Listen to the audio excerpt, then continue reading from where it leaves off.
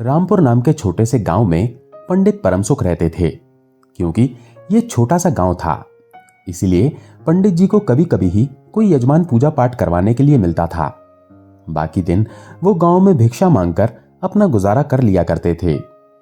एक दिन की बात है, पंडित परमसुख भिक्षा मांगते हुए घूम रहे थे कि सामने से कमली चाची आती हुई दिखाई दी। कमली चाची ने पानी का घड़ा सर पर उठा रखा था। वो कुएं से पानी खींच कर ला रही थी। दोनों का आमना सामना हुआ तो कमली चाची ने देखा कि पंडित परमसुख गुस्से में झुंझलाए हुए दिखाई दिए। कमली चाची बोली, राम राम पंडित जी, क्या बात है, आज मिजाज कुछ ठीक नहीं लगते आपके। पंडित जी ने गुस्से में ही राम राम का जवाब दिया और कहा, अरे कमली, तुम्हारे ही घर से आ रहा हूं। भिक्षा मांगने गया था तुम्हारे घर, परंतु तुम्हारी नई नवेली बहुरानी ने एक छटांग आटा तक नहीं दिया, साफ मना कर दिया। ये सुनते ही कमली बोली, क्या कहा, रामू की बहू ने तुम्हें भिक्षा देने से मना कर दिया? उसकी ये मजाल। अरे ऐसे कैसे मना कर दिया? मेरे रहते उसकी हिम्मत कैसे हुई? पंडित जी, आप चलो मेरे साथ। कमली को गुस्से में देखकर पंडित परमसुख मनी मन खुश हो रहे थे और सोच रहे थे, वाह, आज तो मेरा तीर एकदम निशाने पर लगा है। अब एक सास बहू के झगड़े में ये सास जरूर मुझे भर भर के भिक्षा देगी। तब पंडित जी ने कहा, चलो कमली, मैं तुम्हारे साथ चलता हूं। लाओ, ये पानी का घड़ा मुझे पकड़ा दो, तुम थक गई होगी। पंडित जी ज्यादा भिक्षा की लालच में कमली की पूरी चापलूसी कर रहे थे। पंडित जी ने पानी का घड़ा उठाया और चल दिए कमली चाची के पीछे पीछे। घर पहुंचते ही कमली ने अपनी बहू को आवाज लगाई, अरे ओ रामू की बहू, जरा इधर तो आ। बहू बाहर आई, जी मां जी। बहू, तूने आज पंडित परमसुख को भिक्षा देने से मना कर दिया? तेरी इतनी हिम्मत कि मेरे रहते हुए तू इन्हें मना कर सके? ये काम तो सिर्फ मैं ही कर सकती हूं, समझी? फिर पंडित जी की तरफ देखकर वो बोली, पंडित जी, मेरी बहू तुम्हें भिक्षा देने के लिए मना नहीं कर सकती, बल्कि मैं तुम्हें भिक्षा देने के लिए मना करती हूं। चल भाग यहां से, बड़ा आया था हम सास बहू में झगड़ा करवाने वाला, मेरे ही सामने मेरी बहू की चुगलियां करता है। ये सुनकर पंडित परमसुख की सिट्टी पिट्टी गुल हो गई। सोचने लगे, बेकार में ही इतना भारी घड़ा उठाकर लाया और भिक्षा में कुछ भी नहीं मिला। पंडित जी काफी लज्जित हुए, परंतु बोले कुछ नहीं। मनी मन वो इस अपमान का बदला लेने की ठान लेते हैं। वो सोचने लगे, कभी ना कभी तो कमली को मेरी आवश्यकता जरूर पड़ेगी, तब सारा हिसाब किताब बराबर कर लूंगा। पंडित जी चले गए। इधर कमली चाची के परिवार में 3 लोग थे, उसका बेटा रामू, उसकी बहू और कमली खुद। एक प्राणी और था इस घर में जो बिना बुलाए मेहमान की तरह आ जाता था, और वो थी कबरी बिल्ली। परंतु रामू की बहू को वो बिल्ली फूटी आंख नहीं सुहाती थी। बस यूं समझ लीजिए, अगर कबरी बिल्ली घर में किसी से प्रेम करती थी तो वो रामू की बहू से, और रामू की बहू घर में अगर किसी से सबसे ज्यादा घृणा करती थी तो वो थी कबरी बिल्ली। रामू की बहू को 2 महीने हुए अपने मायके से ससुराल आए हुए। वो अपने पति की प्यारी और सास की दुलारी थी। उसे अभी घर चलाने का इतना अनुभव नहीं था। वो भंडार घर की चाबी अपनी करधनी में लटकाए हुए नौकरों पर हुक्म चलाती। अब तो रामू की बहू ही सब कुछ थी। घर की सारी जिम्मेदारी सास ने उसे सौंप दी और खुद माला जपने लगी, पूजा पाठ में मन लगाने लगी। रामू की बहू अभी उम्र में बहुत ही कम थी, इसीलिए उसे घर चलाने का कोई अनुभव नहीं था। कभी भंडार घर खुला रह जाता और कभी भंडार घर में बैठे बैठे सो जाती। कबरी बिल्ली को जब भी मौका मिलता वो घी दूध सब चट कर जाती। रामू की बहू की जान अब आफत में थी। हालात यहां तक हो गए कि रामू की बहू कमरे में रबड़ी से भरी कटोरी रखती और रामू जब आता तब वो कटोरी साफ मिलती। रामू की बहू ने बिल्ली को पकड़ने के लिए कई तरह से मोर्चाबंदी की।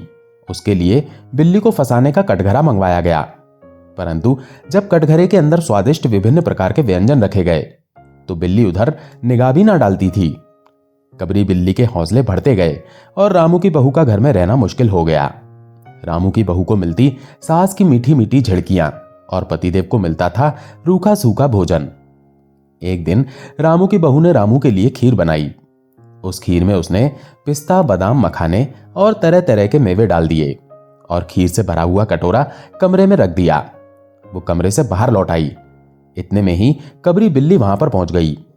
उसने कटोरे को देखा, सूंघा, उसे माल अच्छा लगा और उसने एक छलांग लगा दी।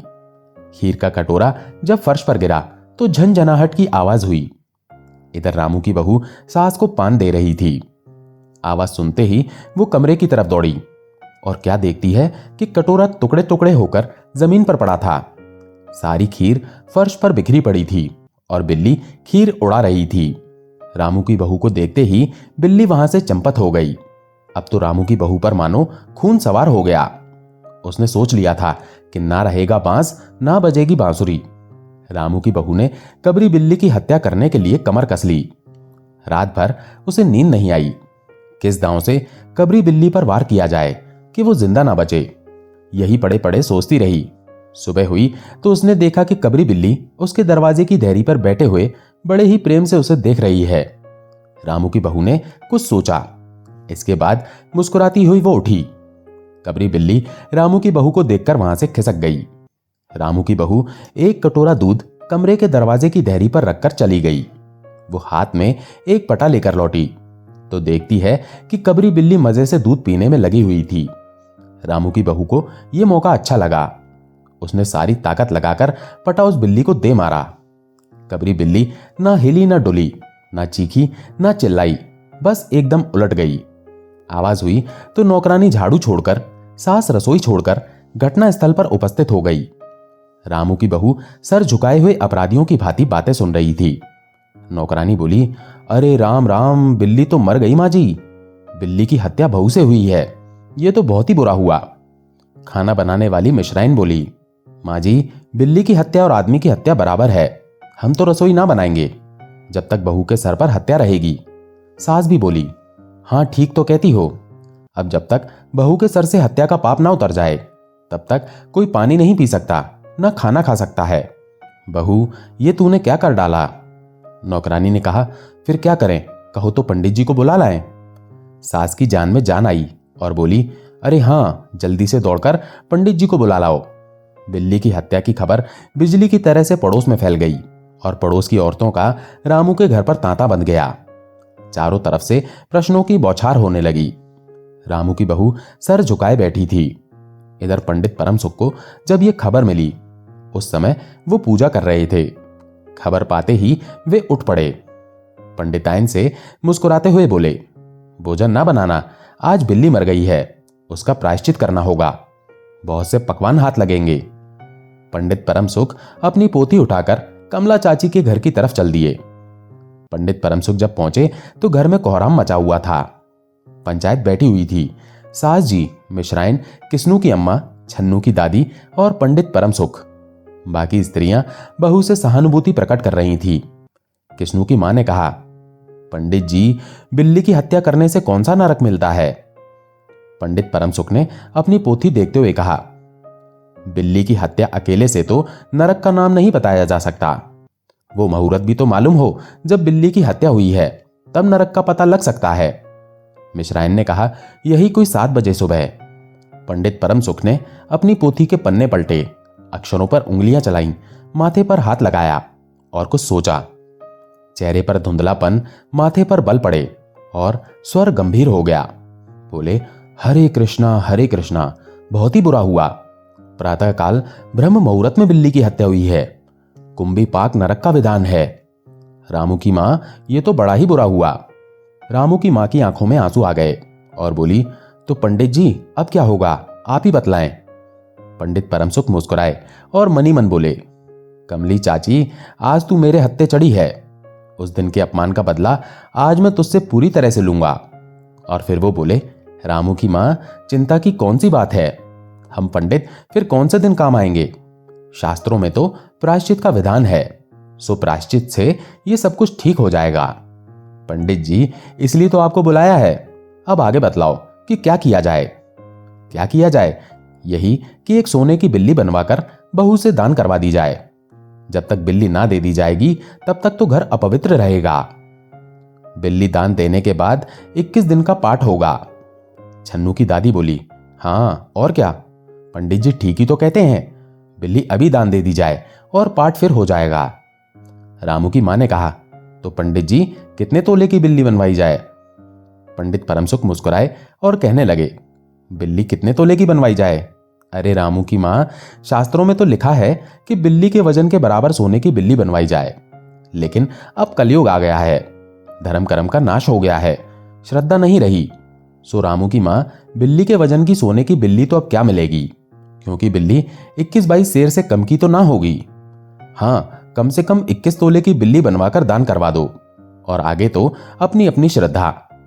रामू की माँ ने आंखें फाड़कर पंडित परमसुख को देखा और कहा, अरे बाप रे, 21 तोला सोना! पंडित जी, ये तो बहुत है, तोले भर की बिल्ली से काम नहीं चलेगा। पंडित परमसुख हंस पड़े और बोले, रामू की माँ, 1 तोले की सोने की बिल्ली? अरे, रुपयों का लोभ बहू से बढ़ गया है क्या? बहू के सर पर पाप पड़ा है, इसमें लोभ करना ठीक नहीं है। मोल तोल शुरू हो गया और मामला 21 तोले की बिल्ली पर ठीक हो गया। इसके बाद पूजा पाठ की बात आई। पंडित परमसुख ने कहा, उसमें क्या मुश्किल है, हम लोग किस दिन के लिए हैं? रामू की माँ, मैं पाठ करवाऊंगा, पूजा की सामग्री आप हमारे घर भिजवा देना। पूजा का सामान कितना लगेगा? अरे, कम से कम में हम पूजा करवा देंगे। दान के लिए करीब 10 मन गेहूं, 1 मन चावल, 1 मन दाल, मन भर तिल, 5 मन जौ और 5 मन चना, 4 पसेरी घी और मन भर नमक भी लगेगा। बस इतने में काम चल जाएगा। अरे बाप रे बाप, इतना सामान पंडित जी, इसमें तो 150 रुपया खर्च हो जाएगा। तब पंडित जी ने कहा, फिर इससे कम में तो काम नहीं चलेगा। बिल्ली की हत्या कितना बड़ा पाप है रामू की मां। खर्च को देखते वक्त पहले बहू के पाप को तो देख लो। ये तो प्रायश्चित है, कोई हंसी खेल थोड़ी ही है। और जैसी जिसकी मर्यादा, प्रायश्चित में उसे वैसा ही खर्च करना पड़ता है। आप लोग कोई ऐसे वैसे थोड़े हो।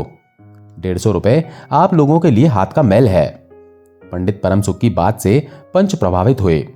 किस्नू की मां ने कहा, पंडित जी ठीक तो कहते हैं, बिल्ली की हत्या कोई ऐसा वैसा पाप तो नहीं है। बड़े पाप के लिए खर्चा भी बड़ा लगता है। छन्नू की दादी ने कहा, और नहीं तो क्या, दान पुण्य से ही तो पाप कटते हैं। दान पुण्य में किफायत करना ठीक नहीं है, और फिर आप लोग बड़े आदमी ठहरे, इतना खर्च कहां आप लोगों को अखरेगा। रामू की मां ने अपने चारों ओर देखा। सभी पंच पंडित जी के साथ थे। पंडित परमसुख मुस्कुरा रहे थे। उन्होंने कहा, रामू की मां, एक तरफ तो बहू के लिए कुंभीपाक नरक है और दूसरी तरफ तुम्हारे जिम्मे थोड़ा सा खर्च है, तो उससे मुंह ना मोड़ो। एक ठंडी सांस लेते हुए रामू की मां ने कहा, अब तो जो नाच नचाओगे नाचना ही पड़ेगा। पंडित परमसुख कुछ बिगड़ कर बोले, रामू की मां, ये तो खुशी की बात है, अगर तुम्हें अखरता है तो ना करो, मैं चला। इतना कहकर पंडित जी अपनी पोथी बटोरने लगे। अरे पंडित जी, रामू की मां को कुछ नहीं अखरता, बेचारी को कितना दुख है, बिगड़ो मत। मिश्रायन, छन्नू की दादी और किस्नू की मां ने एक स्वर में कहा। रामू की मां पंडित जी से मिन्नतें करने लगी। तब जाकर पंडित जी शांत हुए। रामू की मां ने कहा, और क्या होगा? पंडित जी बोले, 21 दिन के पाठ के 21 रुपए और 21 दिनों तक दोनों वक्त 5-5 ब्राह्मणों को भोजन करवाना पड़ेगा। कुछ रुककर पंडित परमसुख ने कहा, सो इसकी चिंता ना करो, मैं अकेले ही दोनों समय भोजन कर लिया करूंगा। मेरे अकेले के भोजन से 5 ब्राह्मणों के भोजन का फल मिल जाएगा। मिश्राइन ने मुस्कुराते हुए पंडित जी पर व्यंग किया। ये तो ठीक कहते हैं पंडित जी, पंडित जी की तोन तो देखो। तो फिर प्रायश्चित का प्रबंध करवाओ। रामू की मां, 21 तोला सोना निकालो, मैं उसकी बिल्ली बनवा लाऊं। 2 घंटे में बनवा कर लौटूंगा। तब तक पूजा का प्रबंध करके रखो। और देखो, पूजा के लिए। पंडित जी की बात अभी खत्म भी ना हुई थी कि नौकरानी हांफती हुई कमरे में घुस आई और सब लोग चौंक उठे। रामू की मां ने घबराकर कहा, अरे क्या हुआ री? नौकरानी ने लड़खड़ाते हुए स्वर में कहा, मां जी, बिल्ली तो उठकर भाग गई। ये सुनते ही रामू की मां का चेहरा खिल उठा और पंडित जी ने अपना सर पीट लिया। आज उनके हाथ से कमली चाची से बदला लेने का मौका निकल गया। अपनी इतनी दुर्गति के बाद वो बिल्ली वापस लौटकर कभी उस घर में नहीं आई। अब रामू की बहू, रामू की मां और रामू एक खुशहाल परिवार की तरह अपना जीवन बिताने लगे। दोस्तों, आशा है ये कहानी आपको पसंद आई होगी। अगर पसंद आई हो तो वीडियो को लाइक करके चैनल को सब्सक्राइब जरूर कर लें। धन्यवाद।